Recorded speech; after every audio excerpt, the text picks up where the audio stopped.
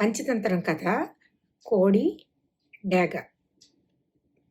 ఎదుటి వాళ్ళ పరిస్థితి తెలుసుకోకుండా వాళ్ళని మనమేమీ అనకూడదు. మరి ఈ విషయం పక్షుల ద్వారా తెలుసుకుందాం. ఒకసారి ఒక కోడి డేగ ఇలా మాట్లాడుకుంటున్నాయి. డేగ కోడితో ఇలా అంటుంది, "నువ్వు కృతజ్ఞత లేని పక్షివి" అని అంది. కోడి కోపంగా, "ఎందుకు అలా అంటున్నావు?" అని అడిగింది.